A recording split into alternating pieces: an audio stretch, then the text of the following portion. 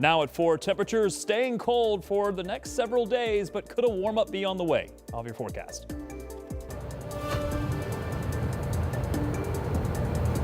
Plus, we are talking with DPW, checking in with them on their progress, their inspections on these residential streets as they're doing their plowing, plus the important deadline you need to know if you feel your street hasn't been plowed.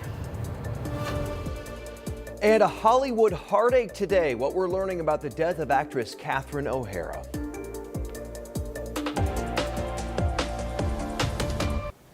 It's still bitterly cold out there right now and going to get colder tonight. In fact, we're going to be flirting with 0.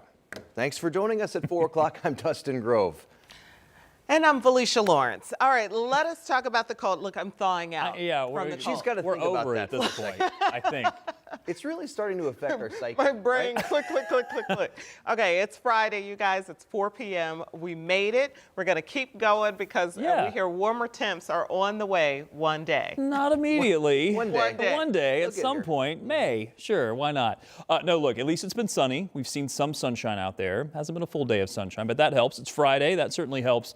Again tonight, back near 0, and I think we stay there for a couple of nights. Could have some wind chills down below 10 to maybe 15 below, and that's why we are alerting you to that possibility of cold temperatures yet again. Another cold night. Temperatures into the teens and 20s. Let me actually go back to that map just because I want to show you that while we were 20 degrees in Indy, most locations have been a little bit colder than that, into the mid-teens, and I think we may be having a little bit of warmer influence here in the city. Slight or a light northeast wind may be affecting the temperature. Meanwhile, most of you with all of the snowpack on the ground, the sunshine is trying, but a lot of it's being reflected by the snow cover that's there. There are a few areas of some light snow showers to our north, and those may drift through today. It's not going to amount to very much. A few snow flurries are certainly possible through the rest of the afternoon, even into the overnight, and just how much cloud cover we have tonight will really be a determining factor in your overnight lows. We had a huge variety in the low temperatures this morning, anywhere near 0, which is what Indy officially was, but there were some numbers as low as 13 below.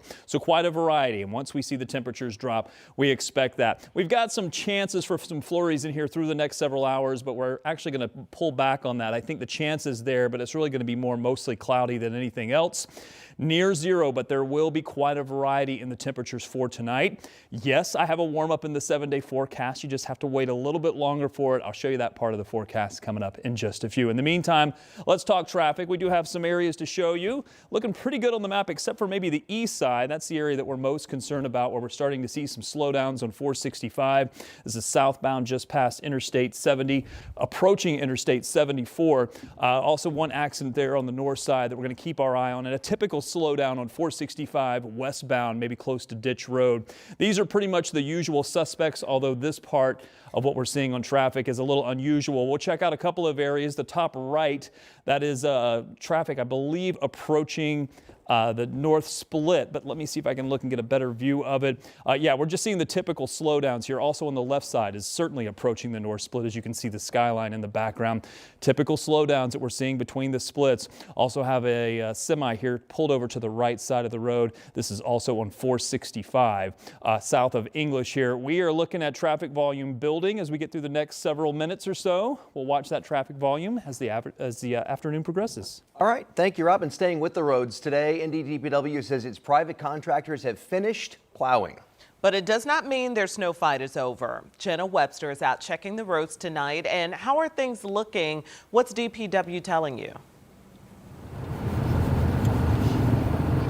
Yeah, well, like you said, DPW released their contractors today at noon. They say their work is complete, but just because their work is complete doesn't mean DPW's is necessarily complete. So you can actually send in if you feel your street hasn't been plowed through Monday morning. So I want to give you a live look kind of outside where we are right now. We are in the Heron Morton Place Historic District going down Talbot Street. And it is a little bit, you know, the plows have come through, but you can see a little bit, we're kind of bouncing around. And, you know, when you've got these cars coming through on both sides. It is a little bit, you don't have a ton of passing room on the other side of them. I did ask DPW when we were talking earlier just how many streets that they inspected after residents said plows missed them. DPW did not have an exact number for me, but their communication officer says he did inspect a dozen himself, actually including this street, Talbot Street. So taking a look at this right now, this was one of the ones he says he inspected yesterday, and says it was hard to tell whether or not a plow had come through. So they did send contractors out to plow again this area. They say it is in much better shape, but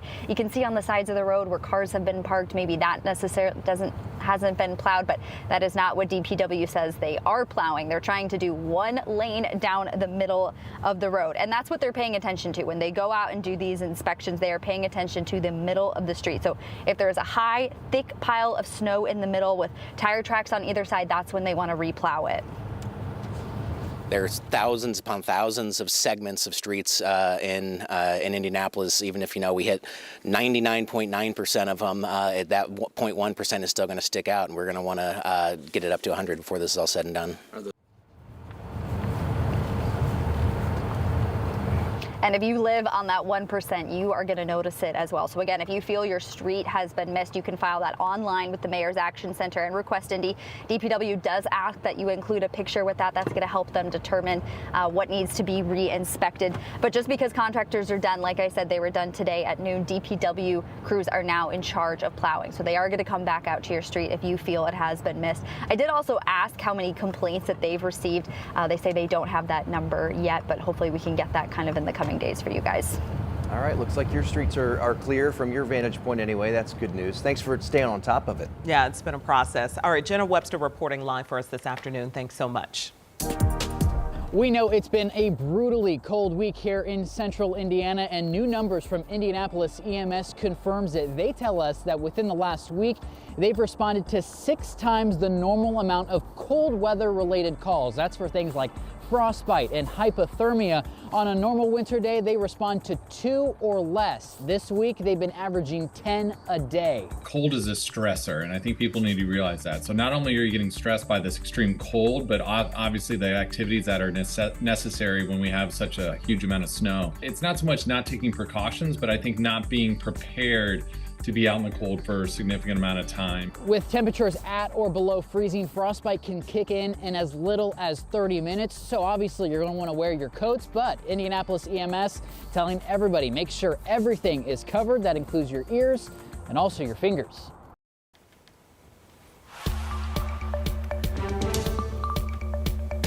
"16-year-old Dominique Sherman made his initial court appearance on Friday for the murder of his barber, 35-year-old Stephen Coach. Court records say that Coach went to the City View apartments where Sherman lived to trade his watch for a gun from Sherman. This happened on November 8th of last year. Sherman allegedly shot Coach and then stole his car. Sherman is being tried as an adult. His jury trial is scheduled for March 23rd. He is held without bond. Coach was a father of 4, and his longtime partner was at the hearing on Friday with their 1-month-old daughter, who Coach never got to meet. All right, tough story there. Thank you, Rich, for updating us. On to more news now. More police officers are set to hit the streets here in Indianapolis. 23 new probationary officers officially graduated today. This is IMPD's 33rd recruit class. Our camera was there, as you can see, to capture the special moment. Each graduate completed academy training, which is 28 weeks of intense training in the classroom and going through scenarios they'll be facing. Veterans say policing today is different than it used to be. So how has training changed? Well, IMPD says it emphasizes communication, de-escalation techniques, cultural awareness, and mental health response to make sure recruits are ready. We learned our way around the law. They made us stronger for sure, faster. So it was tough getting here, but it makes you proud of where you started and where you end up. United States. And they should be proud for getting to this point. So they're done at the academy. From here, they head into the field for 20 more weeks of true on-the-job training alongside experienced officers. 13 News at 4 continues. Don Lemon arrested. What the former CNN anchor is accused of doing. Plus, ditching a federal murder charge, what that means for the possible conviction of accused healthcare CEO killer Luigi Mangione. And temperatures were near zero this morning, but there was quite a variety in the numbers. We're going to do that again for tonight as another frigid night is expected. I'll let you know what we can expect when we warm up.